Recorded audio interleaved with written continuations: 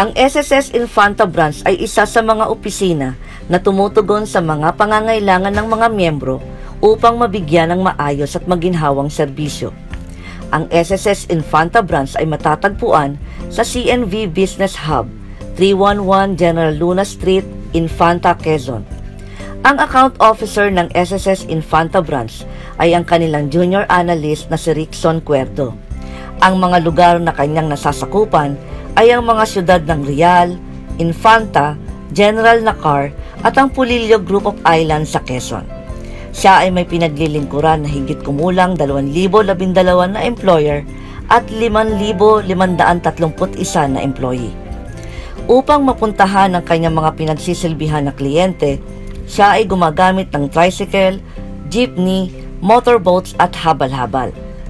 Ang SSS Infanta Branch ay pinapamunuan ng kanilang tagapamahala na si Eleanor Embrio. Ang mga miyembro at mga residente ng Quezon ay maaari magtungo sa SSS Infanta Office upang makakuha ng employee o employer number, pagtanggap ng aplikasyon o pag-follow up ng retirement, disability, funeral, sickness o maternity.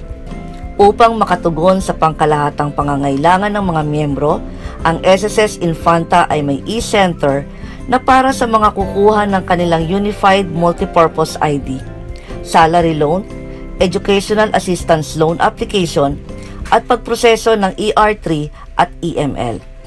Ito ang SSS Infanta Branch na inyong kaagapay at kabalikat sa pagbabago.